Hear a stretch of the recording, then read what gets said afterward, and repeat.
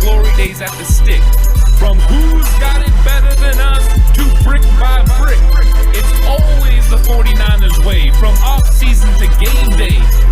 Yeah, we talk back. It's the 49ers cutback.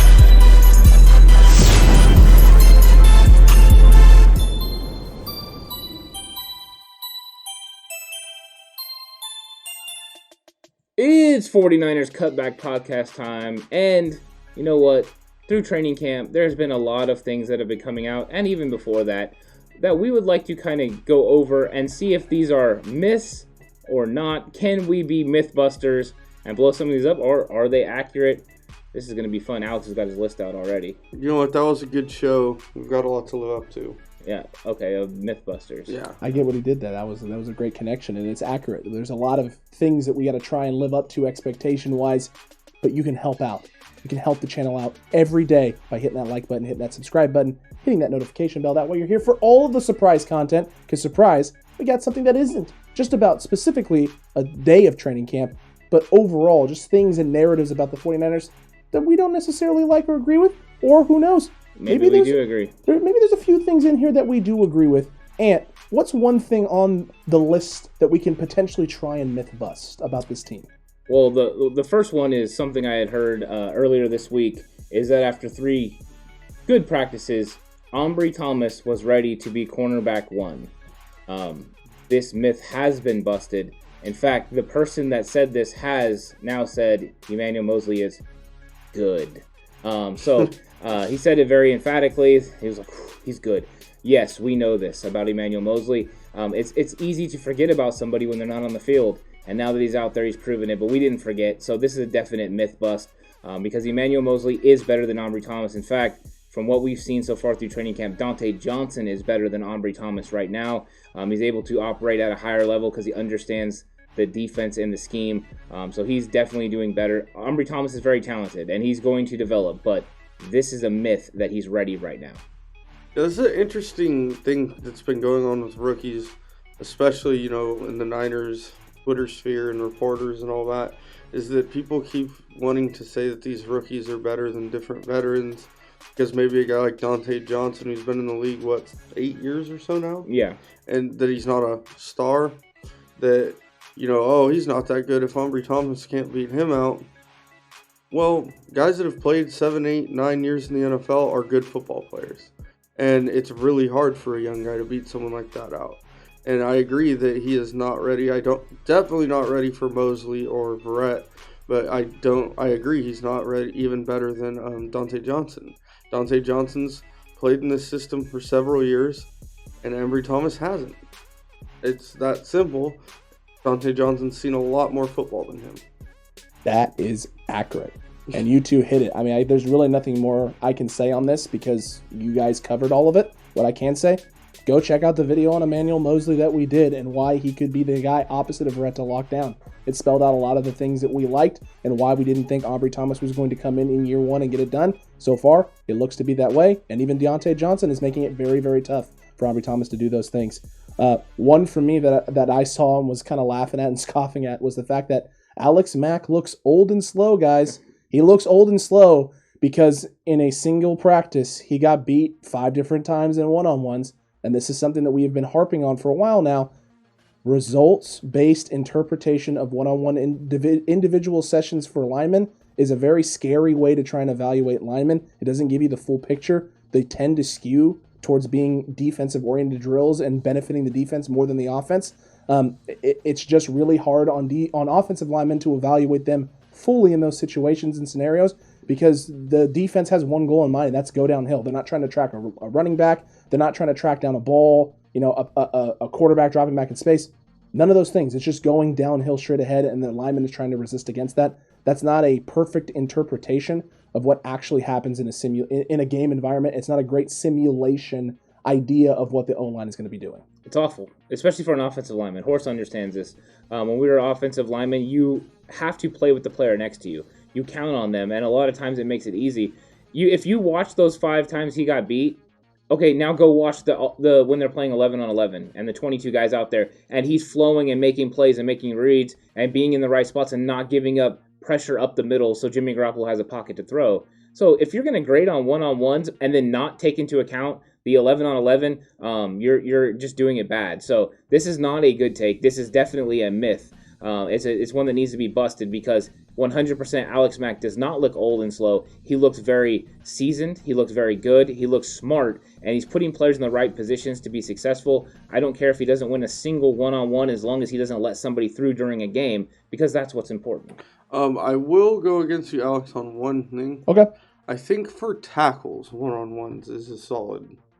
At least when they're working on the outside rush. In the pass rushing aspect, I agree. It's as pass rushing in the outside rush, I think it can be a good barometer. Once again, it's no end-all, be-all, none of that. But that is one situation where it works. But especially for interior linemen, it's a silly thing to do because you're rarely one-on-one in pass pro as a center, especially as a center, but center or guard. And so it's a silly thing. I mean, I get the drill. I get what they're trying to accomplish. But Alex Mack in a game is very rarely going to be like, all right, you got this guy all day. Yeah, it's true. No, 100%. First of all, teams don't even line up with a zero tech, which is head up on the center, a defensive lineman that often anymore. No, they rarely do. Second of all, in the Niners offense, they're often blocking the guy to their right or to their left on run plays in the zone blocking scheme. They're very rarely, all right, this guy's lined up in front of me, I'm just gonna bulldoze him. It's a silly thing to, especially the guys put in 13, 14 really good years in the NFL. We're gonna say, you know what, he had a couple bad one-on-ones yesterday against DJ Jones. You don't have it no more. I think that's silly, especially when in team in 11 on 11, he clearly was playing well. Well, the defense also has a huge advantage because they know it's a pass. In a game situation, they don't know if it's a pass or a run. They're guessing. They also don't know the snap count. And this, they knew, when they were getting off the ball. So it is a completely different. Those are simulations. Simulations don't always translate to the field. It definitely doesn't here because he looked good in 11 on 11. So to me, that is a complete overstatement, by the person that made it. Let's also not forget the fact that Javon Kinlaw, right, who tore up day 10 of camp, got put on his back by Alex Mack. In practice. In 11 on 11 situations. Yes. So if you're going to evaluate him losing some one-on-ones, you have to talk about the great, right? And the great would be one of those situations.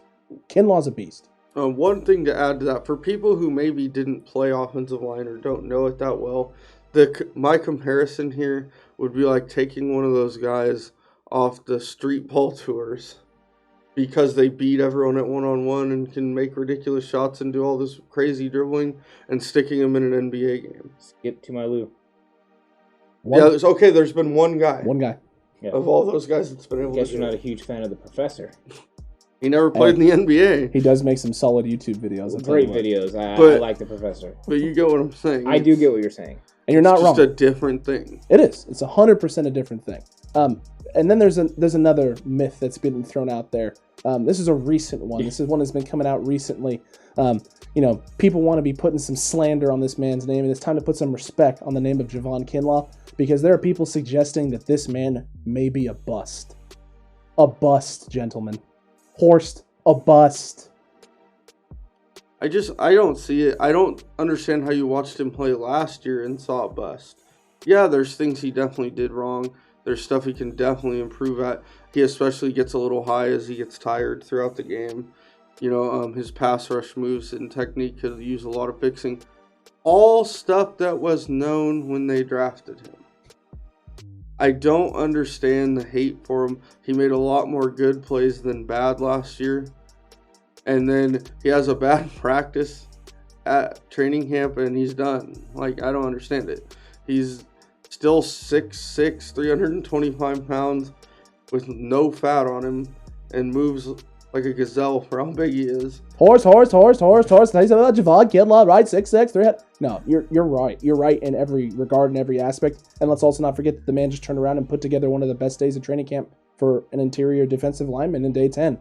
This guy is a monster.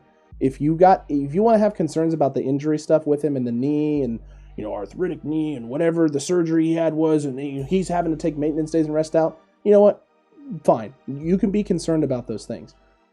But when you're concerned about those things and then he comes out and shows out the way he did, those concerns then you have to weigh both those things evenly. You can't ignore one because it's inconvenient, right? And focus on the one that's convenient to the narrative or the idea that you're trying to create around what this guy is and what he can do. The consensus, I think, in this room is that this guy is primed for a huge 2021 season. I think we all feel that this guy could be a monster this year and have a big season, especially if he can stay healthy. He's going to be putting all of that to work and putting it on tape and putting it on film and continuing to improve and get better. Man, I just don't see how you can draw this conclusion after one season as a rookie with no training camp. It's real simple. You put too much stock into the missing practice. If you put stock into somebody missing practice for maintenance days or to make sure they stay healthy, then you can jump to the conclusion that someone's a bust. And this happens way too much. This guy is not a bust. Last year he played way too many snaps for a rookie. He wasn't even prepared for it because of the way the offseason was handled and everything that was going in with that. And then he gets out there and he plays well. They worked really good, really well on getting his pad level low and working his techniques, which all got better. Now he comes in this year knowing what to expect. A full offseason, has looked tremendous when he's been out there. So I don't understand where this would come. The only thing I can think is that this is being drummed up to continue the narrative that they should have never gotten rid of DeForest Buckner. As long as you want to continue that narrative because they know it incites emotion in 49er fans, then you're going to keep bringing up that Kinlaw could possibly be a bust. Brian Baldinger doesn't think Kinlaw's a bust, and I think Baldinger is somebody that I trust when it comes to line play, and I'm on the same page as him. Kinlaw's going to have a good season, just for the mere fact, if he played at the same level he played last year, but you throw in D Ford, Nick Bosa, and these guys back into the system where he's getting more one-on-ones, 100% his stats double. So that alone makes him not a bust. This is not, people throw in the Solomon Thomas bust thing too. This is not a bust, like, even in that regard. No. And he was drafted in the mid-teens, 14 overall. So this is a completely different situation. Kinlaw's not a bust. And anyone that says doesn't understand football, so change the channel. It's time to flip the script. It's time to get away from it. You're not going to like what we have to say on this topic. No. And you may not necessarily like what we have to say on this topic, on this next one, because there was a lot of hype and a lot of talk around Aaron Banks and him coming in and competing for that starting job. And there was conversations here. We thought this guy had a really good shot at potentially winning that right guard starting spot some point during the season. Maybe not week one, but at some point. He's struggling so far. The myth is, and the rumor is that he's not having a good camp and he's not doing as well as people thought. Guys, that's accurate. That ain't a myth. I think even I read into a little bit of what people were saying about camp, what people were building up about Banks. From the beginning, it was kind of a struggle for me to get there. I was trying to get there, but I kept hoping that he was going to develop and be able to beat Brunskill. I think for the mere fact that I wanted a possibility of having even a more talented player than Brunskill. But Brunskill is definitely looking good, and Banks struggled with the lateral movement. I think we've all talked about that in videos before, that we thought that was going to be the one place that he could be weak was in lateral movement, and he is weak in that area. He needs to improve. But I guess I'll really enjoy seeing him in preseason and seeing, because I don't want to put this guy down because he's a rookie that's developing. It's just we can't think that he's at the level that everyone is telling us he was, right? That he was already better than Daniel Brunskill. We hear that about a lot of rookies. Horst addressed that earlier, is the fact that a lot of rookies are built up like that, and it's not fair to the rookie. It doesn't give them the opportunity to develop and to grow. This guy's going to need that growth, and there are some guys in front of him he's going to have to beat out, and I don't expect it to happen anytime soon, but if it clicks, he's got the body type and the frame to be able to handle a lot of different things and could be a real problem. So once it clicks, he will be a problem. That's not right now.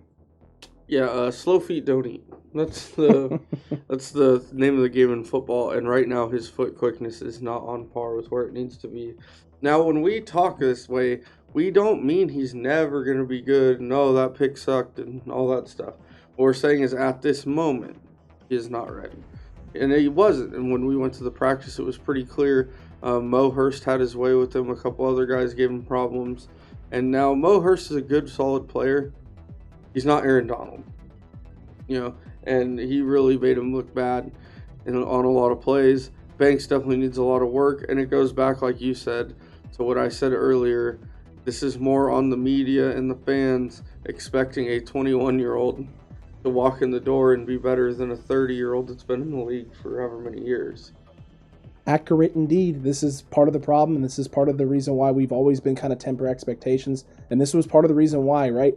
This guy wasn't high on our draft board of guys for the 49ers to target on the O-line because he didn't fit some of the scheme things that we thought were needed from the interior guard position for this 49ers front line and what they like to do with their zone run game. If you're trying to get more vertical, it does make sense, but he also needs to be able to do the things you need him to do in the horizontal offense that they already have established with this team and the zone run game they already have in place. It's going to take some time for him to get there. This is kind of what our thought was. We wanted to all buy into it, and I agree with your take there. We all did. I think the idea, right, was that if this guy is better than Brunskill, this line goes from question marks in certain places to solidify because you have Brunskill who can play anywhere you need him to play for the most part. McKivitz is a guy who swung and played all over the place, and if you're able to hit on a guy like if Shepard's able to develop, right, if Jalen Moore ends up being anything, like your line is solid. It's set. It's way better than it's ever been, especially with the addition of Alex Mack. It's just not the case right now. Right. And you know what? That's still not a bad thing because Brunskill is playing great. And it's still a lot of good depth, right? Because, I mean, this guy as a backup is very solid in case something happens to Brunskill. You can get him out there because by the time that happens, hopefully he's developed even farther. The guy still has heavy hands. The guy still can get to second level. As a big guy, athleticism is still there. There's a lot of things to like about Banks. Yes. Just when you watch him on the field, you can tell it's not put together yet, right? Whether that's him learning scheme, him learning a different technique, whatever that is. When they get into gap scheme and stuff, he'll be more successful. But in the outside zone and also stopping quick lateral moving defensive linemen, that's where he's going to struggle right now. Yeah, definitely. I agree with that. Fair. 100% fair. And also we don't want to forget about Tom Compton because Tom Compton has put some good days together too. He has. And they are saying that Tom Compton's not very good. I mean, I thought he looked okay. I understand he gets beat, but... And once again, to make it clear, I think we all think Banks is going to become a solid player. Right. Of course. Well, I trust the staff, right? Mm-hmm. I trust Forrester, I trust Shanahan and Lynch. They're not going to draft someone they don't think can develop. It is on the player to develop, but I think Banks has that mindset, and I think he's a good dude, and he's going to work his butt off to get there. I think it was just maybe a little bit too premature on everyone's part to put this guy right up there as the starter right away. Mm-hmm. It's exciting to get somebody of that size that can do the things that he can do, and really you thinking about him changing the offense to a vertical run game, it's enticing. But sometimes you just have to wait and let it develop, and maybe that is down the road, whether that is sometime during the season or next year. He'll definitely get a shot at right guard or left guard, depending on how it works out with Laken Tomlinson. But right now is not that time. Through 10 practices, we haven't seen preseason. We haven't seen him play a game. So it's just that if he gets out there and plays well in a preseason game, all bets are off. Correct. All bets are off, and we go from being in the camp right now where we've even come out and said that as of right now, there's a big gap to after one really great preseason performance, that gap could close. 100%. Mm-hmm. Big time. Look, there's other things being talked about other than just the O-line and certain players. Injuries are always a topic of discussion with the 49ers ever since that 2020 season and all the injuries started piling up. And one name that always gets brought up is Bosa and the new gentleman we just brought in, Sosa. Bosa and Sosa, people are saying, nowhere near 100% because of all the maintenance days and in time being missed and things of that nature. Shanahan addressed that a little bit after day 10, especially when it came to Samson Ebukam and his leg and the fact that you had talked about it and you had brought this up, the change from soreness to swelling in the leg, and Kyle Shanahan talking about that they were being very specific and being very careful with Sosa because you want him not to have any sort of setbacks or things of that nature to get him ready. We saw the same thing with Kinlaw, being very careful, right, with Javon Kinlaw, people being really worried, and then Javon Kinlaw comes out and has monster days, being very careful with progressing Nick Bosa and getting him out there and getting him ready to go. It's going to be a matter of time before we see Bosa out doing team drills and looking like the Bosa of old, and all of those things will get to put to rest. As of right now, it's a myth because everything that we're hearing and the things that we've seen, especially out of Bosa, the guy looks like he's ready. He looks quick. He looks explosive. Change of directions all there. Everything looks fine. They're just not progressing him to team drills yet. After OTAs, isn't this what everyone wanted? Everyone wanted this, right? We got to protect these guys. We got to keep them safe. We lost 2 guys on nearly back-to-back plays. We need to make sure we take care of these guys. You know what they're doing right now? Taking care of these guys. And everyone's getting upset that they're taking care of these guys. Maintenance days are a real thing. They started last year. They're here to stay. Get ready. These guys aren't going to practice as much as you are expecting, and that is okay. This is a different world of football than we were used to in the past, where everyone was out there every single day and they were working it in and really building up their body. These guys work year round now. It's completely different. So yes, it is a myth that these guys are not close to 100%, because I think Bosa's closer than people think, but they have a very strategic plan about when they're going to introduce him to everything. We know he doesn't need to play in the preseason. Yeah, if you've been out to a practice and seen Bosa, he looks pretty close to 100%. The way he gets off the ball, doing his moves, all that stuff. Heck, we even saw him run and jump with Fred Warner. Yeah, the jump alone proved it, Horse. I mean, but I think if he was still worried about his knee, I don't think you'd be seeing him do stuff like that. Right. Well, he was running free, right? He looked fine. Nick Bosa, you're right. The explosion is there. When he hits the sled and everything, he wouldn't be going through sled work and stuff if they didn't think this guy was close to 100% and ready to come back. There would be no running. There would be no running whatsoever for Nick Bosa. Not to mention Kyle Shanahan came out today and said Bosa should be ready week 1. Kyle Shanahan wouldn't say that if he didn't think it, because he's going to get killed by the media if Bosa's not ready week 1 now. Yeah. Correct. Accurate indeed. And look, Samson Ebicom was on a side field in practice number 10 working on things. If he really wasn't that close, with a literal rest day coming up Monday, there would have been absolutely no reason to have him trot him out on Sunday for practice. You trot him out Sunday for practice because you are seeing some progression. You want to put him through something, knowing that he's now going to have a rest day off, yeah, leading into a Tuesday practice. It logically makes sense. It logically follows to do that, because if there is some sort of setback, or if he has extended soreness, now you know, okay, cool. He's resting Monday. He's resting Tuesday. We're reevaluating on Wednesday. I am still more worried about Ebicom than Bosa. Correct. Anytime you hear swelling and not just soreness. Hearing soreness, I wasn't concerned at all, right? You get tired legs and that kind of thing. That's a real thing, especially using muscles you're not used to using. No matter how much training you're doing, when you get out there and do football drills, you do engage different muscles than you're used to. So that is something different. But yeah, soreness, it makes me a little nervous. So I want to make sure that I'm clear on that, because it's just something out there, unfortunately. I agree. Ebicom, I'm somewhere in the middle. Yeah. I'm definitely not worried. Yeah. But I don't think we think it's 50-50 right now for him to be ready for week 1. Well, I'm even optimistic about it, just the way that they're approaching it. I'm more optimistic, but it is a pause. Yeah, definitely a pause. Definitely something to consider, right, and look at and evaluate. 100%. Another thing that's going on is that the 49ers are targeting only injured players, guys. They only sign the injured folks. That's all they do. That's all they've done under Kyle Shanahan. I like that. I've heard that one being put out there a lot. People talking about it. They want to cite the Tony Jefferson signing, right? They went after him. Richard Sherman signing, which, by the way, that all panned out for us in 2019. No one was complaining then. They only want to complain after the fact, right? Tony Jefferson, by the way, only one real injury, like significant injury in his career, and it was during that 2019 season. So, look, it's one of those things where the Niners don't target injured guys. They have gone after guys who have had injuries. It panned out and worked out with Jason Verrett. Yeah, I think, though, that there has been situations where they've targeted guys that were injured in the draft, for sure, because that's where you can get more value. Because they were very clear that they readdressed the way that they view draft picks this year and went with players that were more healthy over players that were hurt. And that's probably why we ended up with Aaron Banks and not other guys that we thought were better options in the interior offensive line. So I do think they've evaluated it. They're more calculated with it. But I don't think the guys they signed this year, besides Tony Jefferson, I think Jefferson they did sign off an injury because he was cheap, right? And you're getting a player of that talent, you have to take a chance on somebody like that. But I thought overall, other than that, they were very strategic about who they picked up. Have they taken chances in the past? Yes. Has it blown up in their face sometimes? Yes. That happens. But this is not Trent Baalke. No. He's not drafting guys that are not going to be playing for months just because he can get them in the 4th round.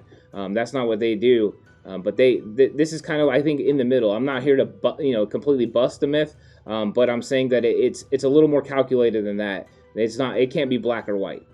Yeah, I'm pretty sure that they have a guy examine said people before they sign him. What? No, they have a medical staff? I know, it's nuts. It's nuts. Who would have thought it? But they go through physicals and stuff before they sign these guys. They know what the risk. They know what the deal is on these guys. It hasn't really bit them too much. The only one I'd say you can really get on him for is Jerick McKinnon. But when they signed him, He wasn't hurt. Right. He that's why he's a tough one to be the gauge. He got hurt at practice. I think one of the closest ones would be D Ford. If he's not able to meet expectations this year, you give up a second-round pick for a guy that had 2 back injuries. That would be something that you could look at and be like, you know what, that one kind of blew up in their face a little bit. So, but if D comes out and plays at a high level, it'll all be worth it. In fact, in 2019 when he was on the field, it was all worth it. Accurate. You have a chance to get a player of that caliber for a second-round pick, and they had some injuries. Well, he had been playing at Kansas City. You know what I mean? He had been out there, so they must have felt comfortable with it. I'm okay with them weighing, risk-reward and saying, you know what, the risk is worth the reward. Sometimes it's going to get you and sometimes it doesn't. And when it doesn't, when you have that luck and you're able to, get everyone on the field, you can win a championship. When it blows up in your face, it doesn't work out. And you have years like last year, so it is, the NFL is just the way it is. It's either one way or the other. You can't have it both ways. Hopefully it works out, but you have to take some calculated risk. Yeah, definitely. And you have to assess, right? If you're making mistakes, at some point, if they're blowing up in your face, you have to reassess what you're doing. And the Niners did that. They did that this year in this draft. They've made some of those decisions and taken a different approach to the way they evaluate guys coming off of injuries and what they're looking for and what they're expecting. And they've made changes when there have been injuries in practice to their training staff. Every time there's been issues, this front office, this coaching staff has found ways to try and address those issues and address those problems. And that's why, for me, it's a myth bust. It's a bust. It's busting this myth for me because of those reasons. You've taken the necessary steps. Yes, sometimes people are going to get injured. It's football. It's a physical sport. People are going to get dinged up. People are going to get knocked out. It happens with every team, every year. Unfortunately, part of the reason why this is so prominent right now is because of 2020. Yeah, it could be. It's heightened in people's thought processes. Definitely. Well, and if you want to go back through their championship era, from the early 80s to the mid-90s, they did this too. Matt Millen, his knees were bad. But he was a free agent that they got cheap, and it's got him in the second week of the season. It's kind of a different situation. But, I'm just saying there's been guys the whole time. Yeah, there's always guys that you take risks on. You weigh those, risk versus reward. I can get a first-round talent in the third round because he's been injured. Yes, you have to weigh those. But to say that they haven't, that they haven't went after players that have been off injured, they definitely have. I think this is something that has got them. It has. And unfortunately, they just had bad luck because you would put Jimmy in that category, except Jimmy had stayed healthy because he wasn't playing. So you wouldn't know that he was going to get injured playing for you. Yeah. Well, so you can't have that situation. Jerick McKinnon, you brought up earlier. I think they've had injuries post-move. So I think it is a little skewed, but they definitely do take risks. Every team does, though. That's not just a 49ers thing. Every team does. Not every team. Of course. Some teams do. Every draft pick is a risk. Also very accurate. 100% every single time. You don't know who's a bust and who's not. You're hoping. You're weighing the options, and then somebody's going to pan out and somebody's not. Dear Lord, baby G sitting in a manger, 9-pound, 8-ounce tuxedo T-shirt. Please work. Think about this. You talk about football, and mistakes. On every single play, somebody has to make a mistake for a play to work. Yep. That's just the way it is. A defender has to make a mistake for the play to work. So it just can't be perfect. It's just the way it is. And what's a human game? There's going to be mistakes. There's going to be errors. And there's one more big one that's been floating around out there. Kind of like a turd floats in a toilet. A little bit like that. Ant, you had brought this up in our pre-meeting when we were discussing some possible myths to bust. This is a big one. What is it? Yeah, this one has to be kiboshed. Is the fact that the 49ers brass decided to sit defensive starters so Jimmy Garoppolo could look good in a public practice and then in the 10th day of practice. This one is absolute poo-poo because you're not going to do that. I think the vet days come on the day they come because you have a day off the next day and you're getting into the preseason, right? So it's changing the way it is. But to think that they're going to do this to impress 19,000 fans is just shocking to me. Is this somehow going to help? It enhances trade value. Yes, because we all know the Colts are going to public practice to watch how Jimmy Garoppolo looks throwing one-on-ones. Absolutely not. If Kansas City decides to sit their starters so Jimmy Garoppolo can look good, then we'll go ahead and say that that's a possibility. That would be an extra conspiracy theory too, right? Yeah. Extra collusion. Shanahan and Reed colluding to get the most value for Jimmy Garoppolo. This is a huge reach. Just huge.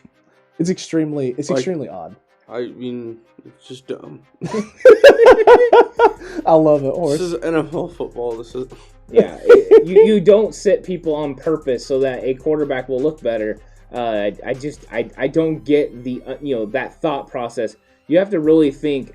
I mean, tremendously outside the box for this one. I mean, is it a box at this point? No. Maybe it's like an octagon or. I mean, they probably also caused Jason Verrett's wife to be induced.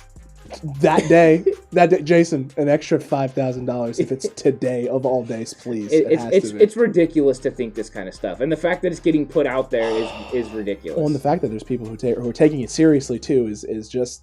I get it.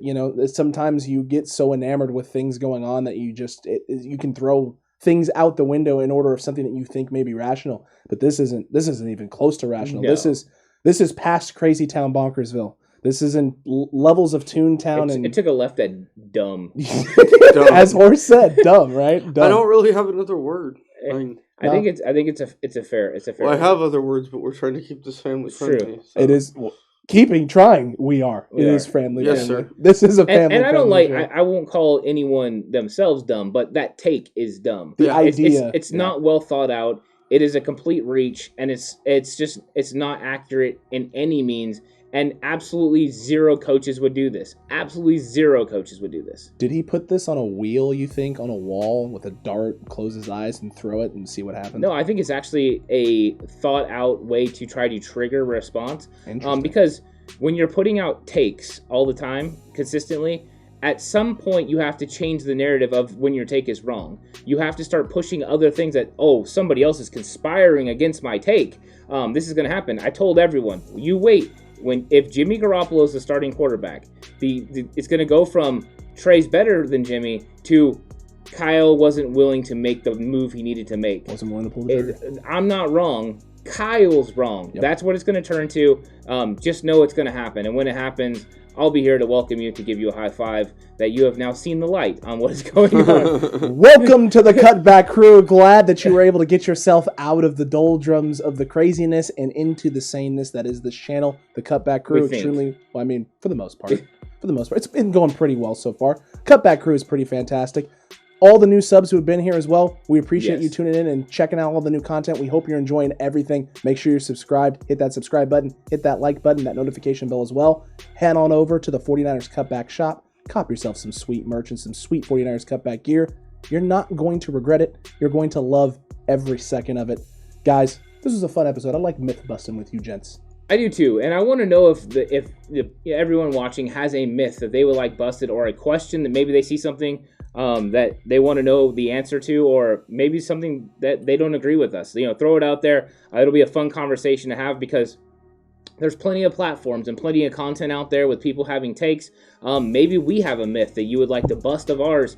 Go ahead and drop that down there. I'll be curious and interested to read it, and we'll have a nice, fun conversation about it. Unless you think that they pulled guys to make Jimmy Garoppolo look good. That is the line. Don't go there. Don't cross that line here. You know what? If they do, I want to know why. Like, give me an explanation, a rational explanation of why, and we can have a conversation, because maybe we just don't understand it, Horse. Maybe all those years of coaching are kapooey. We just don't understand how real coaches think. You're right. Yeah. Possibly. I would love to see what that rational explanation would be. Maybe that's why you didn't win. Yes, I never won. You're Never won a gosh darn thing. Let's not go to the trophy case. Let's just say that. Let's just say that that's completely inaccurate. It's the opposite of accurate. You know what isn't inaccurate? This channel, the Cutback crew, the things that we've been putting out. We're going to stay on the pulse of this team. We're going to keep bringing you that great content. And until next time, 49ers fans, you stay safe. Remember, the right way is always the 49ers way.